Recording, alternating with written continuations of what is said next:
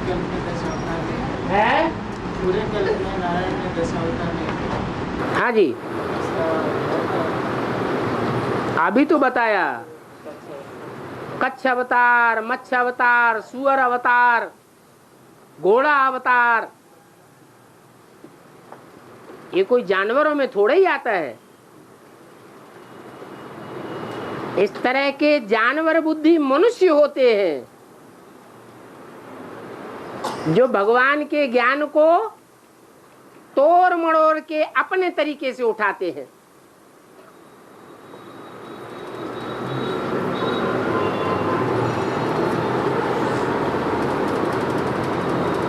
क्योंकि जानवर इतना विचार सागर मंथन नहीं कर सकता, मानवीय बुद्धि विचार सागर मंथन कर सकती है। 10 धर्म हैं तो 10 धर्म के जो 10 मुखिया हैं उनको 10 अवतार कह दिया है।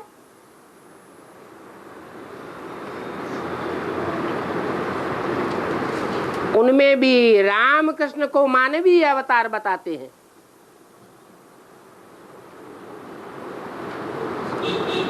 बाकी रह गए 8 जो द्वापर युग से प्रसिद्ध होते हैं, द्वैतवाद फैलाते हैं, मनमत चलाते हैं, मनुष्य मत मिक्स करते हैं, अपनी बातों के हठ पर अड़ जाते हैं।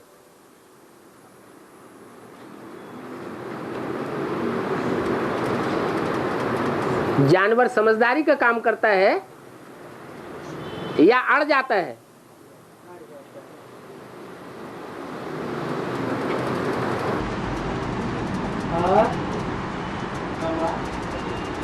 बेसिक में भी और एडवांस में भी लक्ष्य है नर से नारायण बनने का।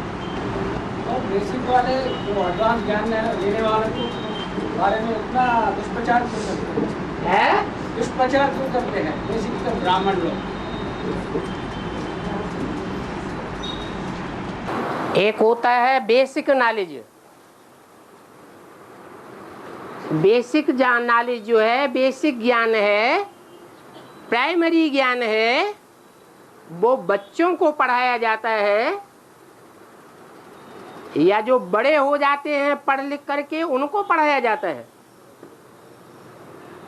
किसको पढ़ाया जाता है? बच्चा बुद्धियों को पढ़ाया जाता है। तो जो बच्चा बुद्धि ही बन करके रह जाते हैं, आगे की पढ़ाई नहीं पढ़ पाते हैं। तो न समझने के कारण वो ग्लानि नहीं कर सकते, ग्लानि ही करेंगे। जो पूरा समझते हैं,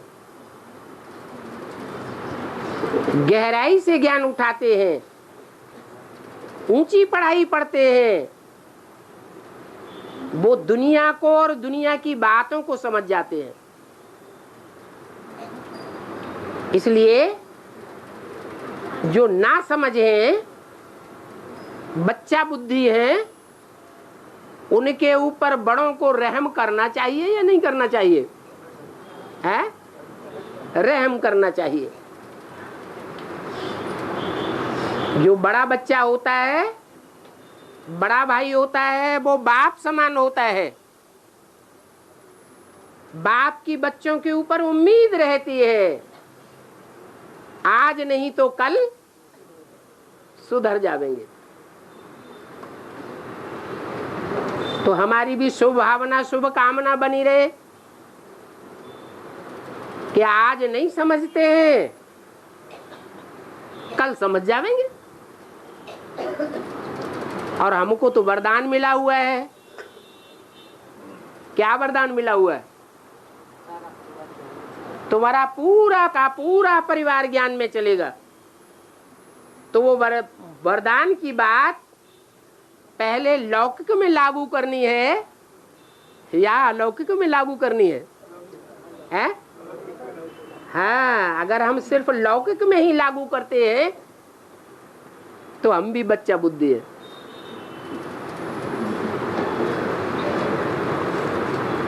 अगर उस बात को बेहद में लागू करते हैं तो हम एडवांस हैं।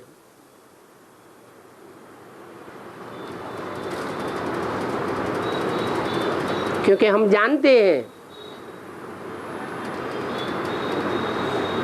कि जो सच्चाई होती है वो सदैव ऊंची स्टेज में रहती है। अगर ऐसा न हुआ होता तो सतयुग का नाम सत्ययुग नहीं होता, और सतयुग पहले नंबर में नहीं होता, ऊंची स्टेज में नहीं गिना जाता।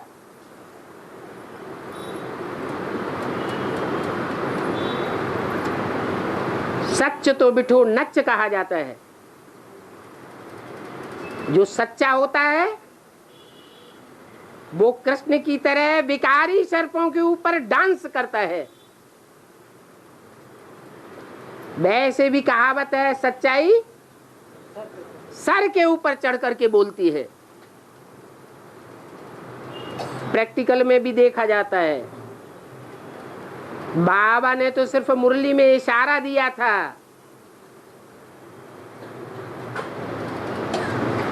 कि यहाँ ही तुम बच्चों का दिलवाड़ा मंदिर बना हुआ है और यहीं तुम तपस्या में बैठे हुए हो। कहाँ कहाँ बैठे हुए हो? कहाँ की याद दिलाई?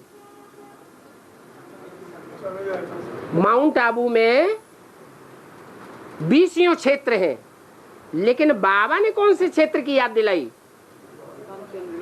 है? दिलवाड़ा की याद दिलाई। जो बेसिक ज्ञान है वो दिलवाड़ा की यादगार नहीं है। दिलवाड़ा में जो जमावड़ा है वो एडवांस वालों का जम गया या बेसिक वालों का जम रहा है? एडवांस वालों का जम रहा है। एक टाइम वो भी था कि एडवांस वाले माउंट आबू में पांव रखने से डरते थे। अगर सर्विसेबल थे तो एडवांस ब्राह्मणों के बीच में अगर सर्विसेबल ब्राह्मण गिने जाते थे तो उन्हें डर लगता था कि माउंट आबू में पांव रखेंगे तो पता नहीं क्या कर देंगे। और अभी सर पर चढ़ करके बोल रहा है और आगे चल करके और भी बोलेगा। और प्रदर्शनी के अंक में जो चित्र दिखाया गया है महाशिवरात्रि की प्रत्यक्षता का, उसमें क्या लिखा हुआ है? क्या दिखाया हुआ है? 5 भूत भाग रहे हैं। ज्ञान सूर्य प्रगटा, अज्ञान अंधेर विनाश। पहले वहां यादगार भी नहीं बनी हुई थी ज्ञान सूर्य प्रगटने की। सनसेट पॉइंट की यादगार थी, सूर्यास्त की यादगार थी, लेकिन सूर्योदय की यादगार नहीं थी। अभी ड्रामा प्लान अनुसार है अचलगढ़ में सनराइज पॉइंट भी तैयार हो रहा है।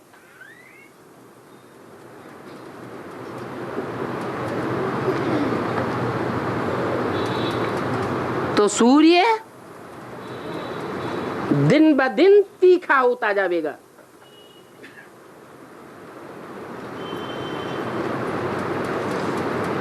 और सर के ऊपर जब चमकेगा भरी दोपहरी में तो सबको मानना पड़ेगा।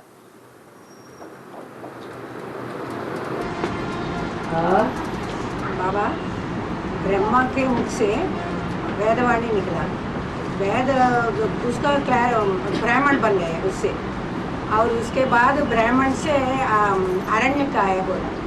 मना बाबा का जो क्लैरिफिकेशन है अरण्य को बोला, अरण्य से और फिर निकला उपनिषद बोला। उपनिषद नहीं निकला। पहले आरण्यक और ब्राह्मण व्याख्या हुई, शतपथ ब्राह्मण वगैरह, उसके बाद फिर उपनिषद निकले, फिर पुराण निकले। हाँ जी, तो क्या कह रहे हैं? तो बेहद का उपनिषद क्या है और बेहद का पुराण क्या है? उप माने नजदीक, उप माने पास, निषद माने बैठना, पास में बैठना। पास में किसके बैठने की बात होगी? अरे पढ़ाई पढ़ते हैं तो किसके पास बैठने की बात आती है? टीचर के पास बैठेंगे। शिष्य होगा तो गुरु के पास बैठेगा। तो ब्राह्मणों की संगम की दुनिया में पहचान करके पास बैठेगा। व्याख्याएं पूरा ही बुद्धि में बैठ जाएंगी, कोई भी संशय बुद्धि में नहीं रहेगा। तब निश्चयात्मक बुद्धि से पास बैठेगा या पहले ही बैठ जाएगा? है? हाँ, तो पहले वेदवाणी की व्याख्याएं चाहिए। व्याख्याएं तब होती हैं जब एकांत में मनन चिंतन मंथन किया जाता है।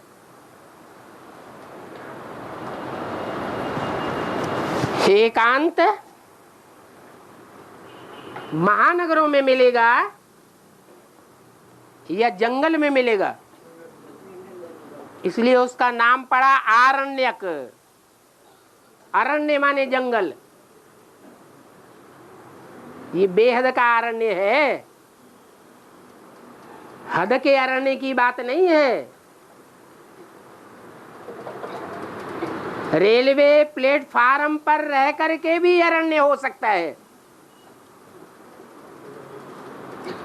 अगर बुद्धि एक तरफ लगी हुई है।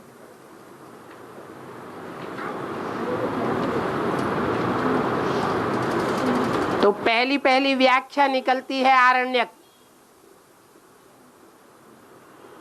शतपथ ब्राह्मण वगैरह।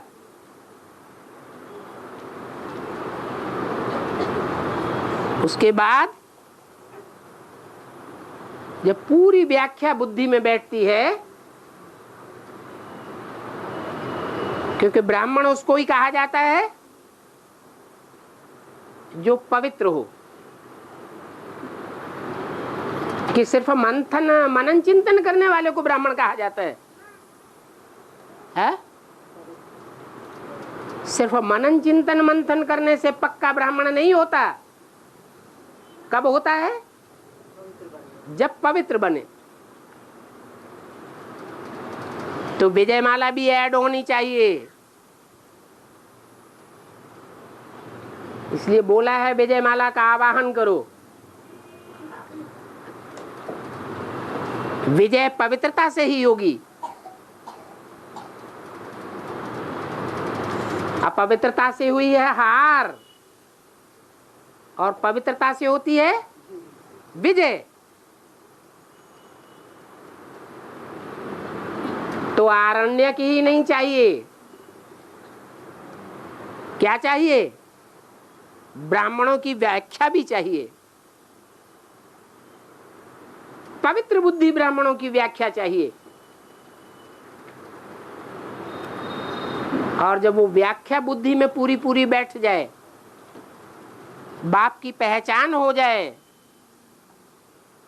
तब ही बाप के नजदीक बैठा जा सकता है।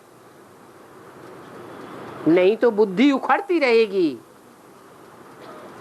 और धर्म गुरुओं धर्म पिताओं के प्रभाव में आती रहेगी।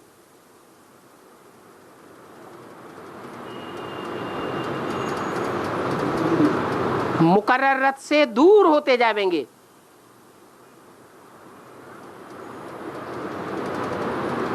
तो नजदीक बैठते हैं उसको कहा गया उपनिषद।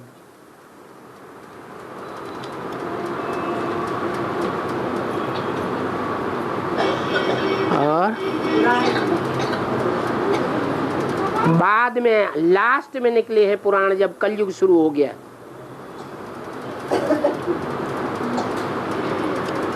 वो तो बहुत ही विस्तार की बात है।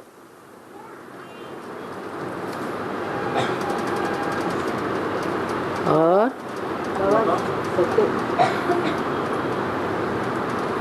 ये मनुष्यों के पास नहीं मानता हूँ, लेकिन वो जो बोल रहे हैं 2012 में पूरा सृष्टि विनाश हो गया पूरे बोल के टेलीविजन में बोल रही है, उसका अर्थ क्या है? क्या हो रही है वो 2012 में? कौन बोल रहे हैं? वो माया नागरिक आधार से और आम्स्टरडम है ना, हैं? नास्टरडम, हाँ, उसके आधार से बोल रहे हैं। नास्टरडम कितने साल पहले हुआ? सैकड़ों साल पहले नास्टरडम हुआ। जब हुआ तब ज्यादा सतो प्रधान था। उसने जो बोला जब नास्टरडम था तब ज्यादा सतो प्रधान था, या उसने जो बोला वो अब ज्यादा सतो प्रधान है? हा? दुनिया की हर चीज पहले सतो प्रधान होती है और बाद में तमो प्रधान होती है। वो व्याख्या जरूर तमो प्रधान है, जो भगवान की वाणी को काट कर रही है कि 2012 में दुनिया का विनाश हो जाएगा। प्रूफ कुछ भी नहीं।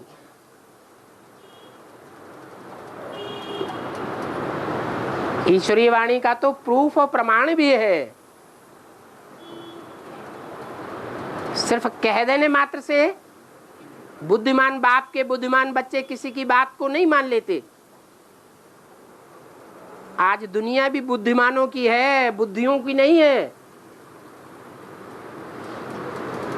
उसका नाम ही है माया सभ्यता।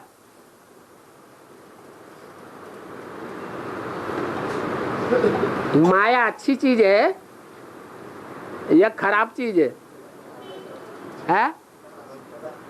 माया की सभ्यता माया का पंप एंड शो है, बुद्धि को भ्रमित कर देता है। फिर भी कोई मान्यता चल रही है तो उसका कोई ना कोई अर्थ जरूर होता है। उनका कहना है कि 2012 में पृथ्वी की धुरी चेंज हो जाएगी।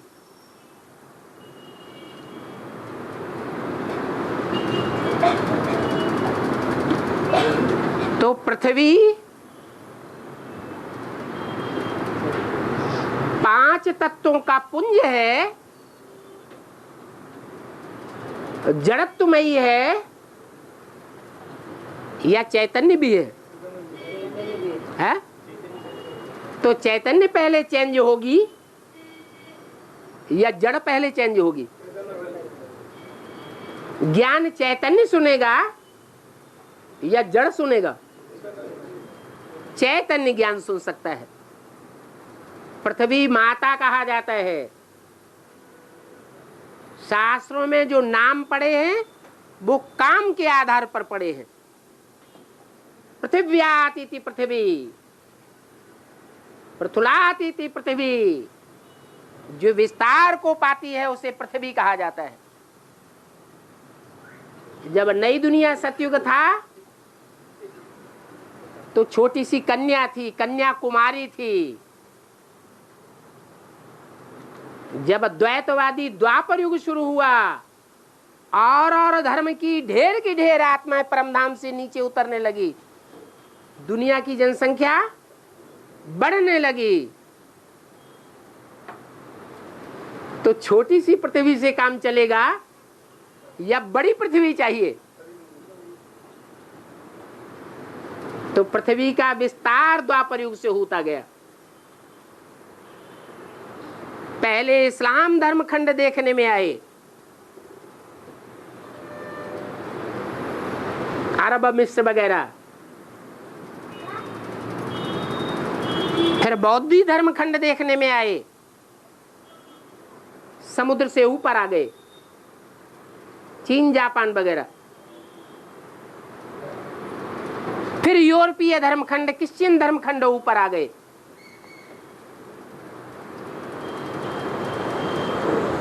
तो जैसे जैसे और धर्म और उनके फॉलोअर्स की संख्या बढ़ती गई, वैसे वैसे पृथ्वी का विस्तार भी बढ़ता गया।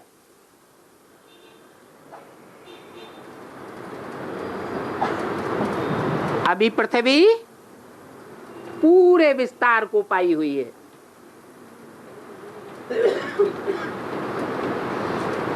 अभी फिर आकार होना, छोटा होना है।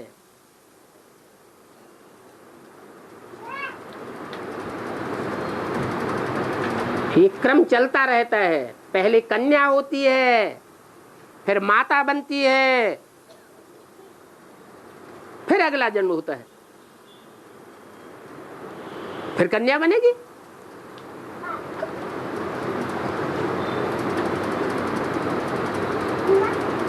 तो पृथ्वी ये हो सकता है कि नॉर्थ पोल और साउथ पोल में जो लगातार सूर्योदय रहता है, दिन ही दिन बना रहता है, अथवा रात ही रात 6 महीने तक बनी रहती है,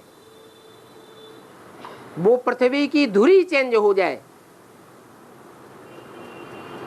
और जैसे नॉर्थ पोल साउथ पोल पर लगातार 6 महीने का दिन हो सकता है, तो भारत में लगातार आधा कल्प तक दिन ही दिन चलेगा, रात होगी ही नहीं। वहां रात की दरकार ही नहीं,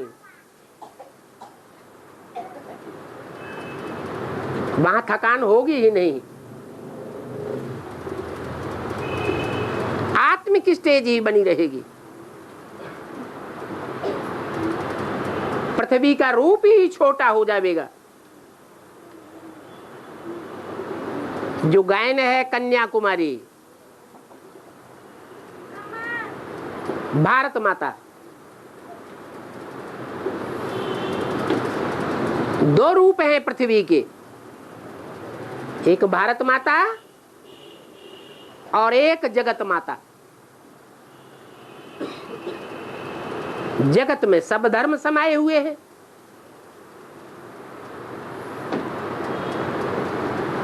भारत माता जब कहा जाता है तो उसमें सब धर्मों का, सब धर्म खंडों का समावेश नहीं है।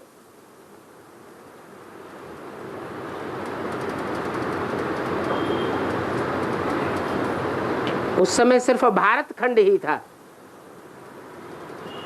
अभी सारी पृथ्वी है।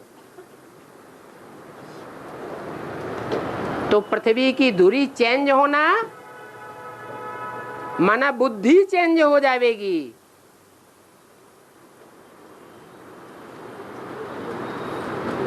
चैतन्य माता की बात है, जड़ पृथ्वी की बात नहीं है। पहले चैतन्य में परिवर्तन आता है, फिर जड़ में परिवर्तन आवेगा। और हाँ, में जो बच्चे पैदा होते हैं ना बाबा 75 साल में, हाँ, तो एक मुरली में लिखा है कि पहले बच्चा होगा और 7-8 साल के बाद बच्ची होगी। मुरली में ब्रह्मा बाबा भी इंटरफियर करके बोलते हैं या नहीं बोलते हैं? ये बात भूल जाती है। ब्रह्मा बाबा की बुद्धि में बेसिक ज्ञान ही बैठता है या एडवांस की बातें भी आती है? वो कल्प कल्पांतर की उनकी बुद्धि में नूद है। जब कभी भी बाबा मुरली चलाएंगे तो उनकी बुद्धि में कहां तक का ज्ञान बैठेगा? बेसिक का ज्ञान बैठेगा। तो संगम युग की बात है। संगम युग में ये 8 वर्ष का पॉइंट आता है।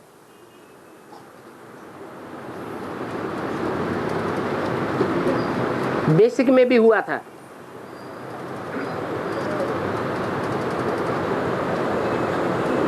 मम्मा ने शरीर छोड़ा। मम्मा के शरीर छोड़ने के बाद यज्ञ के आदि वाली माता ज्ञान यज्ञ में आ गई। उसके बाद 3-4 वर्षों के बाद जो यज्ञ के आदि का आदि पिता था वो भी बेसिक ज्ञान में आ जाता है। तो शास्त्रों में राधा का जन्म पहले दिखाते हैं और कृष्ण का जन्म बाद में दिखाते हैं। माने राधा को बड़ा और कृष्ण को छोटा कर दिया। अब सतयुग में ऐसी पैदाइश होगी क्या? लेकिन पहले बच्चा होगा फिर बच्ची होगी। सतयुग में तो ऐसा नहीं होगा। सतयुग में तो कायदे से सृष्टि चलती है। पहले बच्चे की पैदाइश फिर बच्ची की पैदाइश। हाँ, जुड़वा बच्चे होंगे, थोड़ा अंतर होगा, पहले बच्चा फिर बच्ची। बाकी जहाँ ब्रह्मा बाबा ने बोल दिया है वो संगम युग की बातें। लेकिन संगम युग में पहले बच्ची हुई ना बाबा। हाँ, पहले कृष्ण प्रत्यक्ष होता है, प्रत्यक्षता रूपी जन्म लेता है।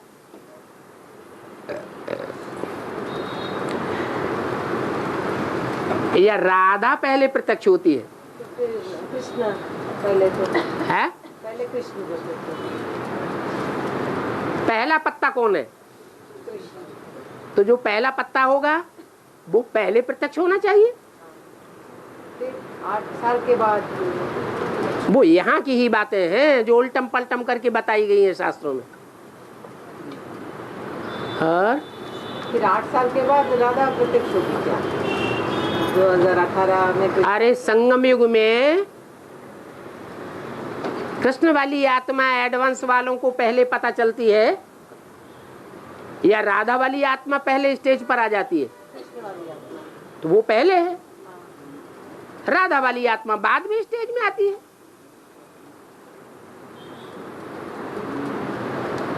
और है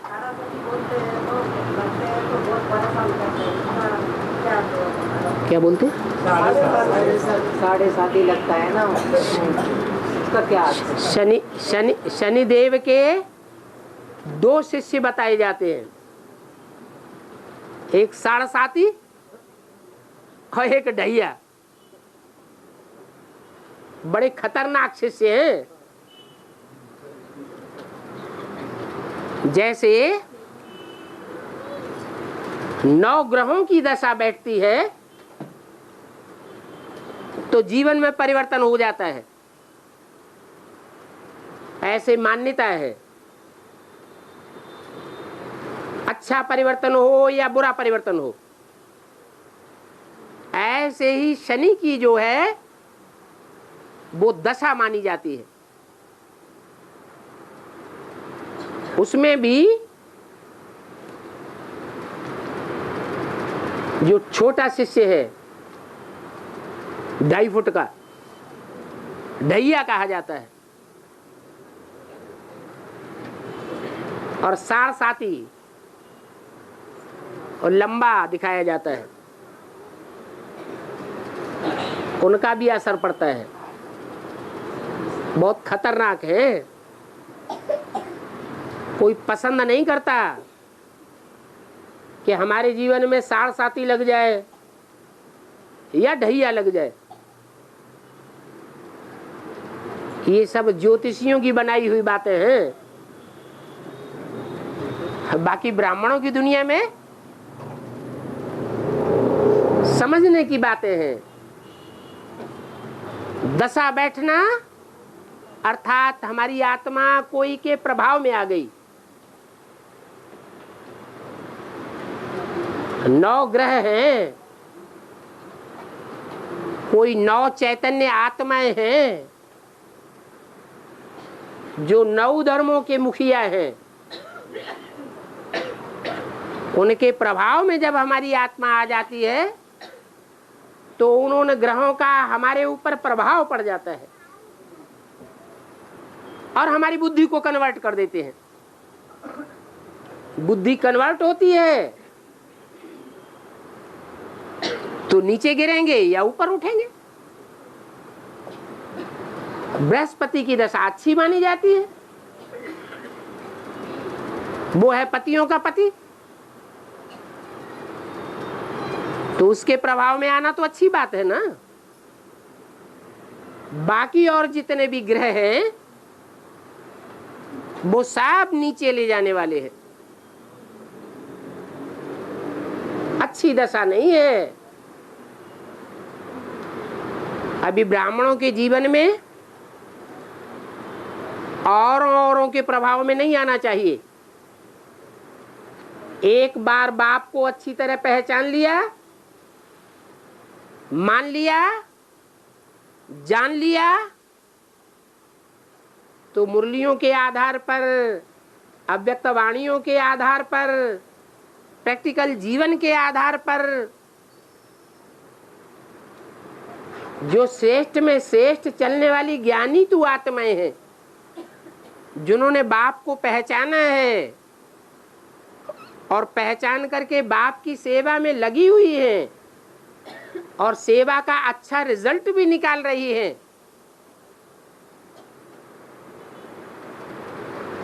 उन आत्माओं के प्रभाव में आना है।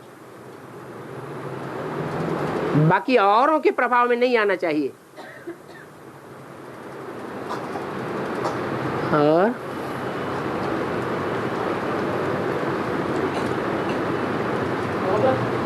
एक वार्तालाप में बोला गया कि अविनाश होने से मिट्टी का एक हिस्सा छिटक कर चंद्रमा बने, तो वो बेहद है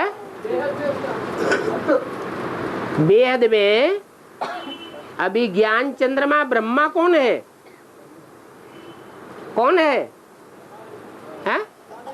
दादा लेखराज। दादा लेखराज की जो बुद्धि रूपी आत्मा है वो बेसिक तक सीमित है या पृथ्वी माता की तरह एडवांस में भी आ चुकी थी? है? बेसिक तक सीमित है। तो अलग कहेंगे या जुड़ी हुई कहेंगे? अलग है। हाँ, ये बात है कि कलयुग के अंत में माताएं इतनी मोहमयी हो जाती हैं कि बच्चे से प्रभावित हो जाती है। तो चंद्रमा का परछाया पड़ता है पृथ्वी के ऊपर, प्रभाव में आ जाती है पृथ्वी माता, इसलिए महाकाली का रूप धारण कर लेती है। ऐसे ही द्वापर के आदि और त्रेता के अंत में जब अर्ध विनाश हुआ था तो वो चंद्रमा का हिस्सा छिटक करके दूर हो गया और पृथ्वी का चक्कर काटने लगा, उपग्रह बन गया। उपग्रह छोटा होता है या ग्रह छोटा होता है? उपग्रह छोटा होता है और ग्रह बड़ा होता है। जो बड़ा होता है वो भारी, ज्यादा वजन वाला होता है, और जो हल्का होता है वो कम वजन वाला होता है। तो आकर्षण शक्ति ज्यादा किस में होगी? बड़े वाले में ज्यादा आकर्षण शक्ति होगी। इसलिए पृथ्वी के चक्कर काटता रहता है चंद्रमा, क्योंकि चंद्रमा उतना पावरफुल नहीं है जितना पावरफुल पृथ्वी है।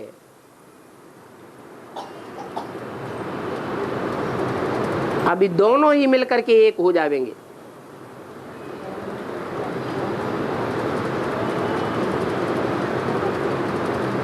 आखिरीन सब धर्म सूर्यवंश में मर्ज हो जाएंगे। सारी की सारी पृथ्वी माता न चंद्रमा से प्रभावित होगी, न कोई दूसरे ग्रह से प्रभावित होगी। सिर्फ किससे प्रभावित होगी? एक सूर्य से। सारी दुनिया सूर्यवंशी कही जाएगी। और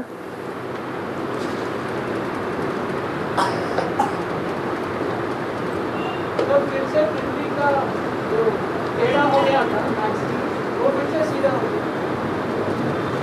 अब सीधा हो जाए कि टेढ़ा हो जाए, कुछ भी हो जाए, क्या परिवर्तन होगा वो तो आगे चल के देखेंगे।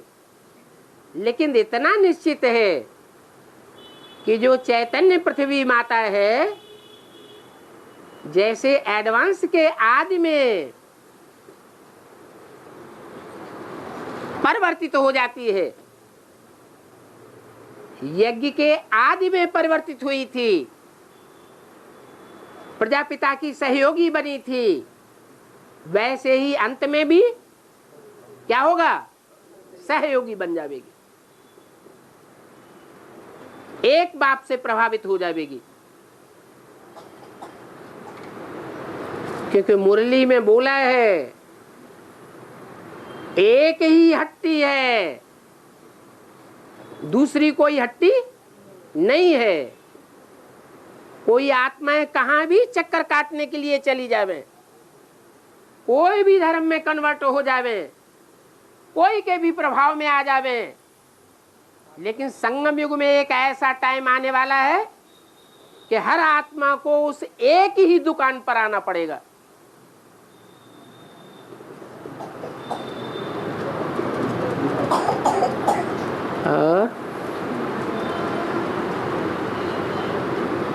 सारी दुनिया में मनुष्य गुरुओं के बीच में बड़े से बड़ा मनुष्य गुरु कौन है?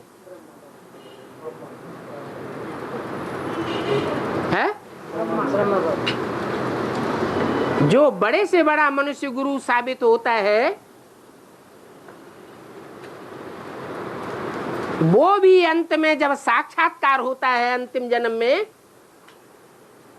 तो गुरुओं के पास भटकता है, तीर्थों में भटकता है, वाराणसी में भटकता है, और भटक भटक के सिंध हैदराबाद से कहां पहुंचता है? आखिरी वहीं पहुंचना पड़ता है, जहां सारे सृष्टि वृक्ष का बीज पड़ा हुआ है, यादगार बनी हुई है, बनियन ट्री, जिसे एक आत्मा का इतना प्रभाव दिखाया है मुरली में कि एक के पतित होने से सब पतित हो जाते हैं, और एक के पावन बनने से सब पावन बन जाते हैं। तो जब पहला पत्ता भटक भटक के अपने ठिकाने पे पहुंचता है, तो 500 करोड़ भटक के ठिकाने पे नहीं पहुंचेंगे, नहीं पहुंचना पड़ेगा, पहुंचना ही पड़ेगा।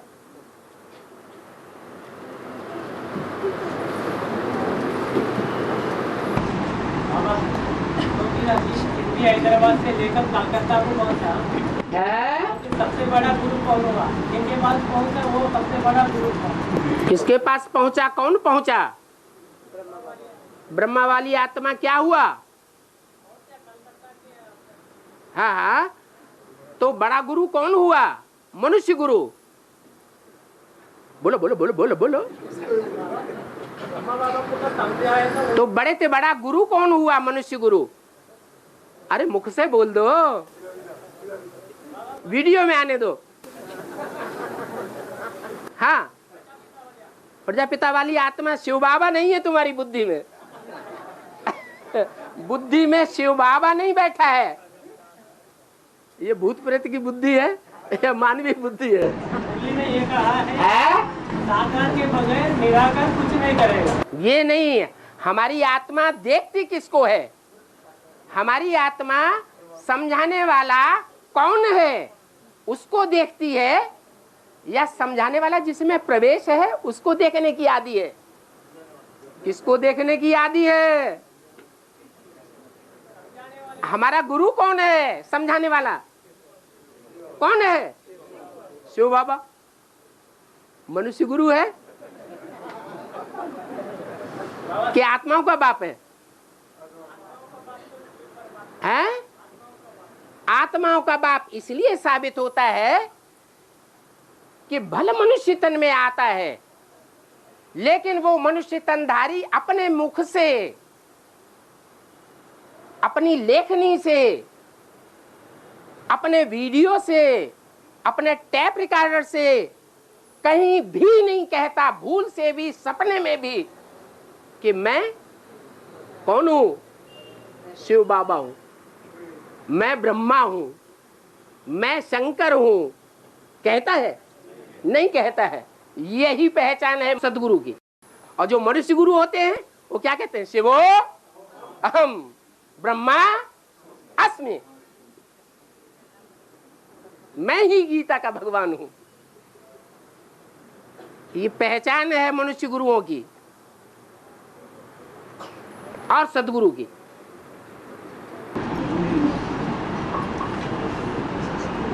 और बाबा बाबा परशुराम ऊपर परशुराम और वामनावतार दोनों मनुष्य अवतार है ना बाबा?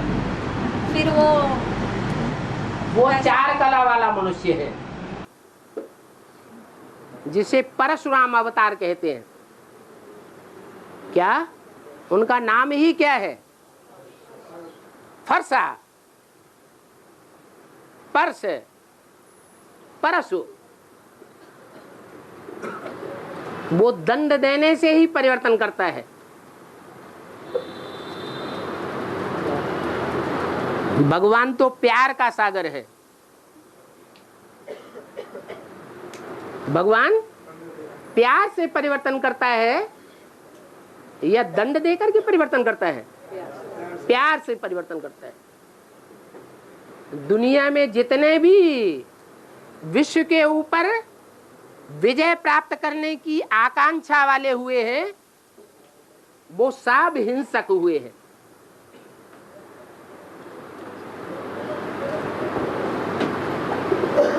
वामन अवतार बाबा? वामन अवतार की तो बात ही छोड़ दो, वो तो 52 अंगुल का कहा जाता है। कितने अंगुल? ऐसे, ये एक अंगुल, इस तरह 52 अंगुल, इतना।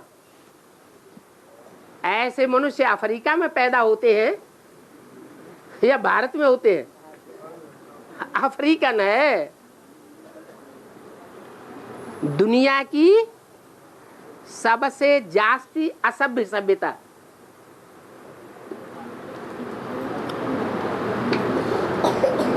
और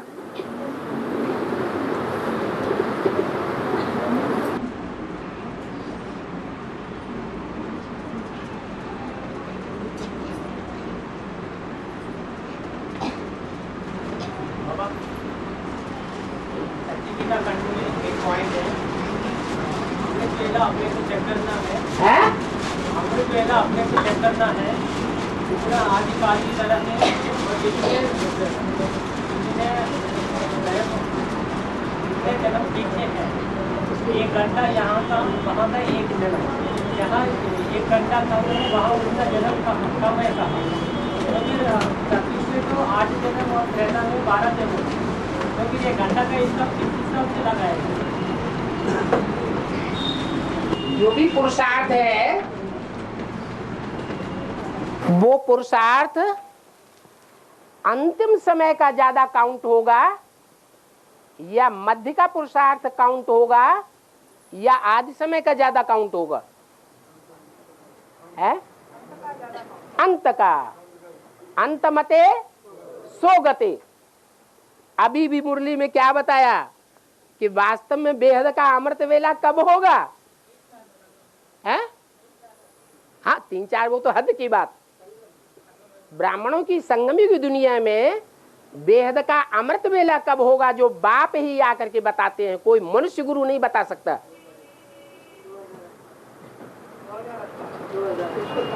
जब कृष्ण वाली आत्मा पहला पत्ता अपने स्वरूप को और बाप के स्वरूप को पहचान लेवे, तो उस समय जिसकी जैसी बुद्धि होगी और जैसा अमृत बेला होगा वो ही काउंट किया जाएगा। अभी की बात नहीं है।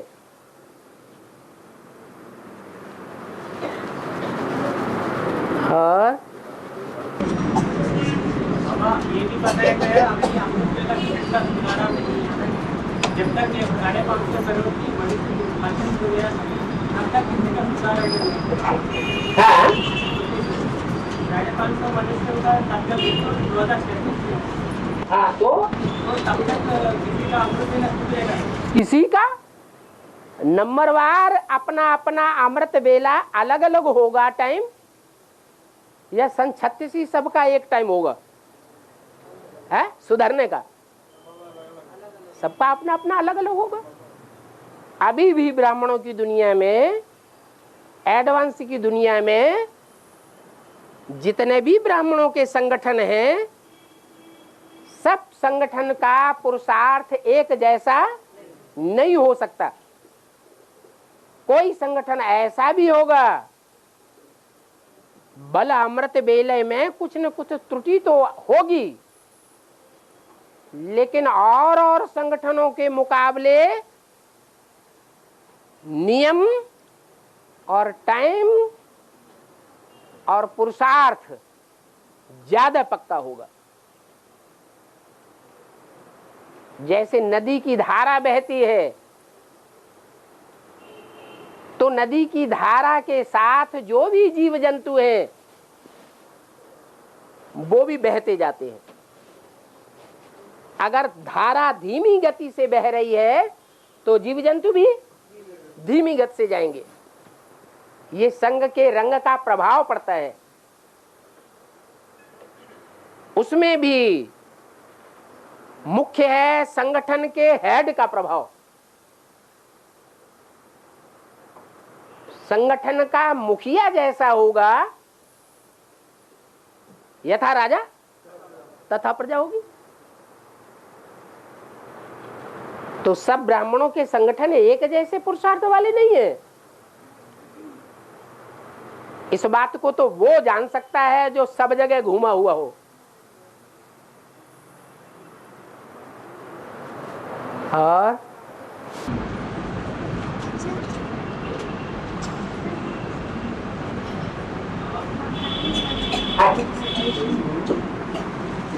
हमारा एक माता जी का प्रस्तुत है, सीढ़ी का चित्र है जो लक्ष्मी नारायण के चित्र लगा हुआ है।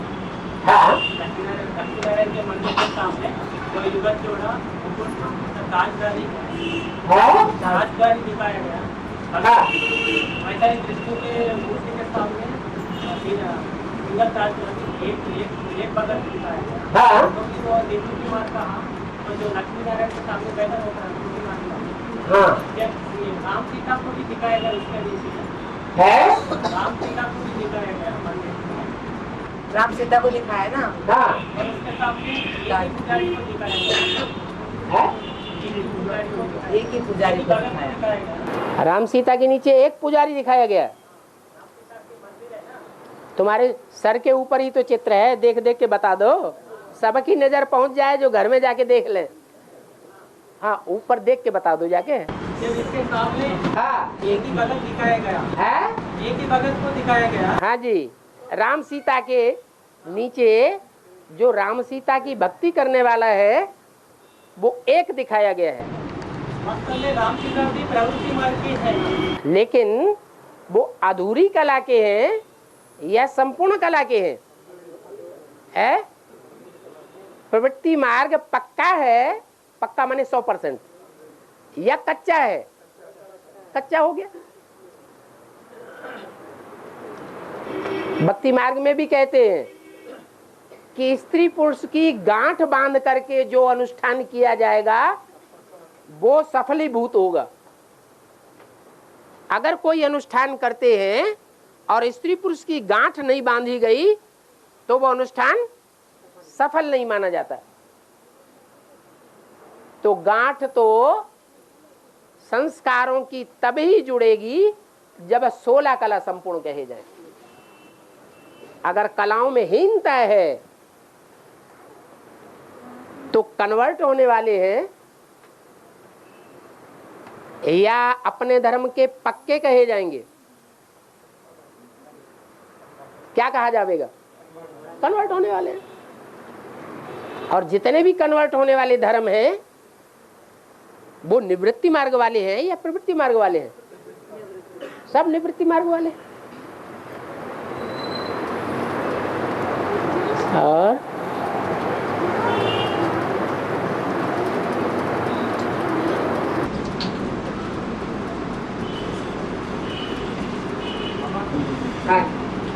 में बताया गया एक कुमारी है 1,000 मणों के द्वारा, और अभी रिसेंट बताया गया एक कुमार है 9 कन्या के बराबर। जैसे बाबा ने माताओं को कन्याओं का सुरक्षा करने की जिम्मेदारी सौंपा है, क्योंकि माता शिक्षकों के बराबर है। एक माता कितने ब्राह्मणों के बराबर है? एक माता, एक कन्या 100 ब्राह्मणों के बराबर, और 7 शीतलाओं के बीच में या 9 कन्याओं के बीच में एक कुमार रखा जाता है। तो वो एक कुमार की वैल्यू क्या हो गई?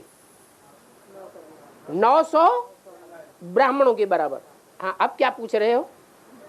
कन्याओं का सुरक्षा करने के लिए बाबा ने माताओं को आगे रखा है, मतलब जिम्मेदारी सौंपा है। तो फिर एक माता कितने ब्राह्मणों के बराबर है? एक माता कितने बराबर? माता की तो बात ही नहीं आती है, माताओं की पूजा नहीं होती है 9 की। जब देवियों की पूजा करते हैं तो माताओं को उठाते हैं या कन्याओं को उठाते हैं? कन्याओं को उठाते हैं, माताओं को नहीं उठाते हैं। हाँ,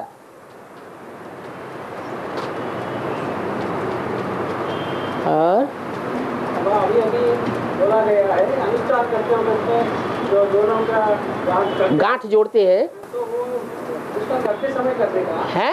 अनुष्ठान करते समय करने का गांठ जोड़ते हैं। है। हाँ, ये पुरुषार्थ है ब्राह्मण जीवन का कि स्त्री और पुरुष दोनों के संस्कार की गांठ जुड़ जानी चाहिए। अगर वो गांठ नहीं जुड़ती है, चाहे वो राम सीता हो और चाहे राधा कृष्ण हो, अगर संस्कारों का मेल नहीं होता है तो सतयुग नहीं आ सकता। नई दुनिया का जो अनुष्ठान है वो पूरा नहीं हो सकता। और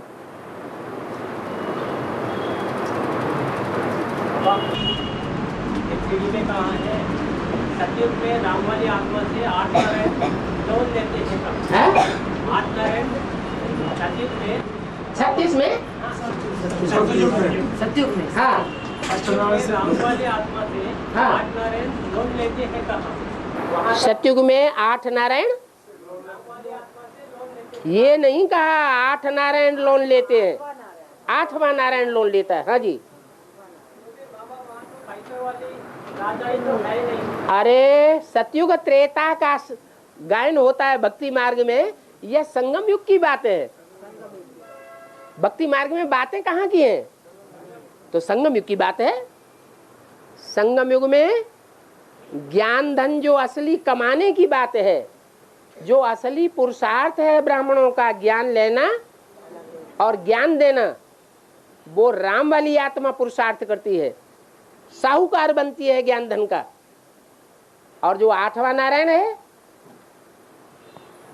वो मनन चिंतन मंथन जो ब्राह्मणों को करना चाहिए वो नहीं करती, वो अपनी ही मनमत से शास्त्र बनाती जाती है।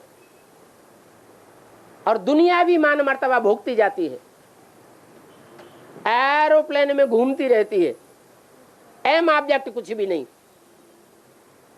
नहीं तो एम ऑब्जेक्ट होना चाहिए बाप को प्रत्यक्ष करने का। अब मनुष्य मत के आधार पर बाप प्रत्यक्ष होगा क्या? नहीं हो सकता। तो लॉन चढ़ता है ईश्वरीय या घटता है? चढ़ गया।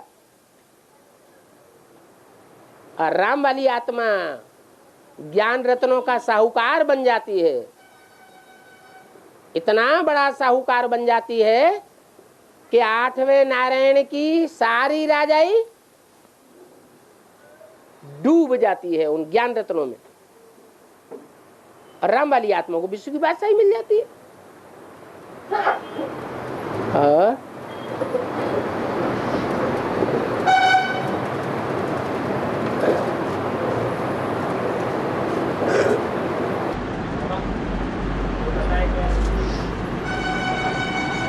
सतयुग का कृष्ण का कोई गायन नहीं होता है?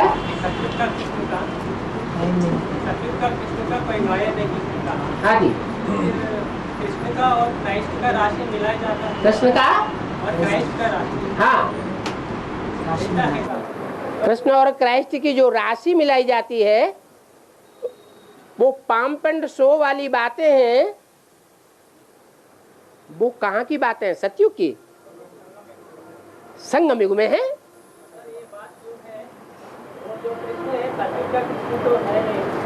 सतयुग का कृष्ण पाम्प एंड शो करता है क्या?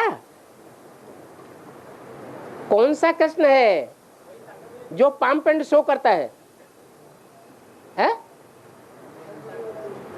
वो तो ब्राह्मणों की संगम युग दुनिया में बेसिक में जिसे कृष्ण माना जाता है वो पाम्प एंड शो करता है, एडवर्टाइजमेंट करता है।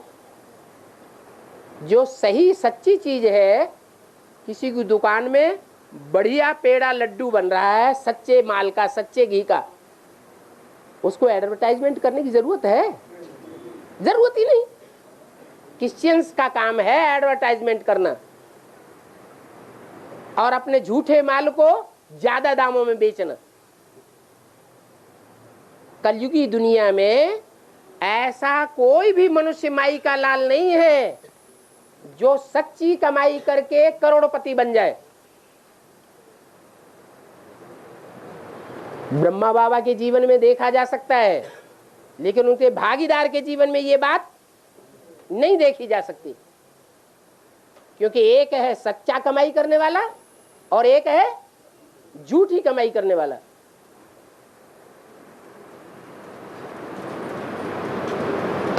और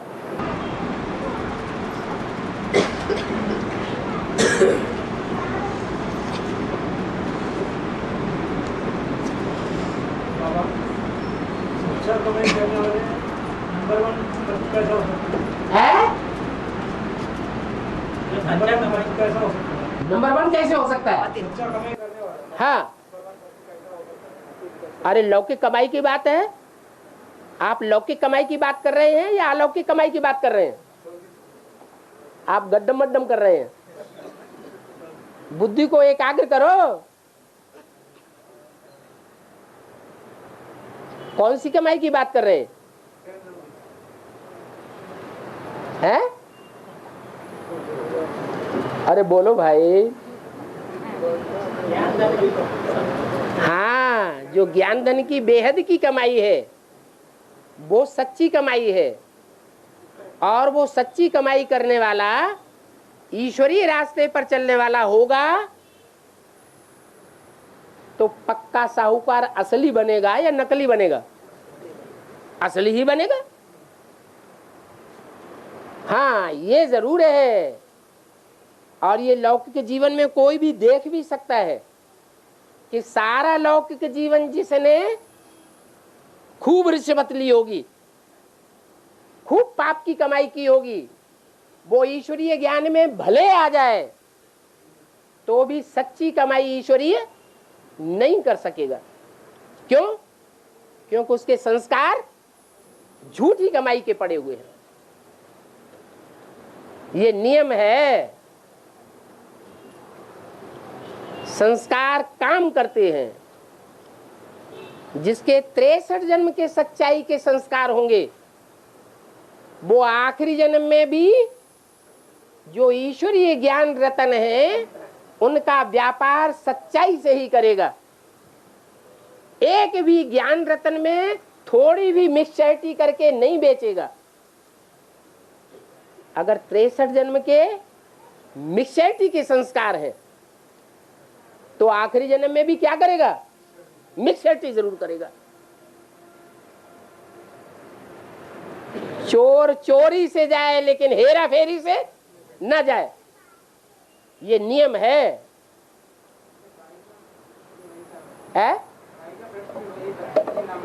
कैसे बनता है? कौन सच्ची कमाई करता है? बता दिया ना, आखिरी जन्म में बनता है।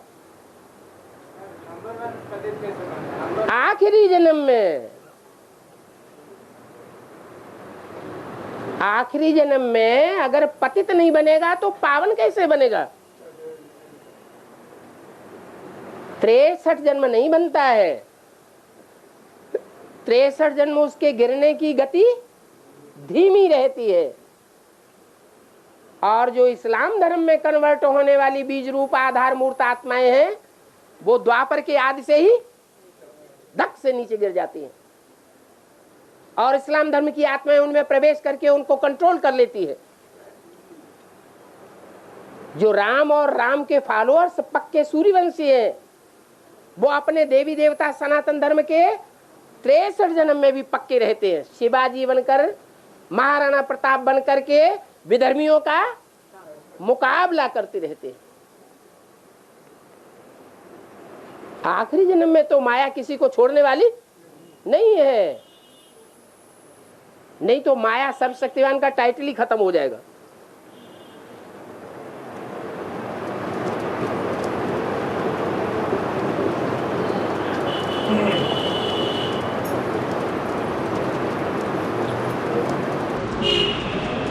बाबा लक्ष्मी नारायण के चित्र में हाँ जी। सत्यदेव विष्णु महाराजन श्री नारायण बोलते हैं ना, वो तो सही है विष्णु महाराजन, लेकिन लक्ष्मी विष्णु महारानी, लक्ष्मी कैसे, विष्णु की महारानी कैसी होती है लक्ष्मी? जब वो सरेंडर हो गई तो विश्व महारानी नहीं है। सरेंडर हो गई माने कन्वर्ट कर लिया ना अपने को। उनके माँ बाप ने तो नहीं कन्वर्ट कर लिया। तो सत्य के ही है ना। हाँ जी है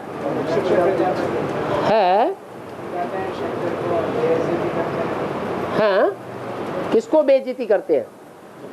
शंकर को नहीं बेइज्जती करते हैं, शिव की बेइज्जती करते हैं।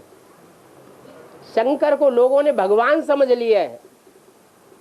जो शंकर है वही वास्तव में दक्ष प्रजापति है। जो दक्ष प्रजापति है वही राम वाली आत्मा है। जो राम वाली आत्मा है वही अंतिम जन्म में अपने लास्ट पीरियड में जब दुनिया का विनाश करना होता है तो दुनिया का बड़े से बड़ा अहंकारी बनता है। राम सो क्या बनता है? रावण बनता है। कृष्ण सो क्या बनता है? कंस बनता है। इन दोनों की युति है, ये मिलकर के काम करते हैं।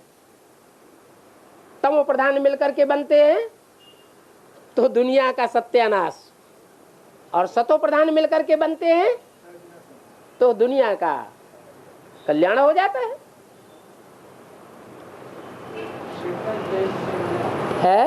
शिव की बेइज्जती माने क्या?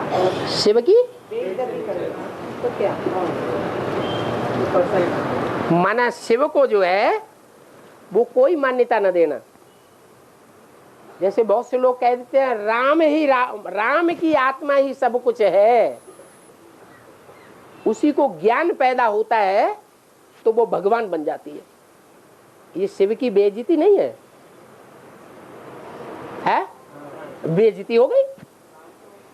जो जन्म मरण के चक्र में नहीं आता है उस आत्मा की बेइज्जती हो गई, उसकी कोई वैल्यू नहीं, नेस्त नाबूद कर दिया। जबकि वास्तव में जो जन्म मरण के चक्र में ना आने वाली आत्मा है उसी की सारी करामात है। रामकृष्ण की कोई करामात नहीं है। और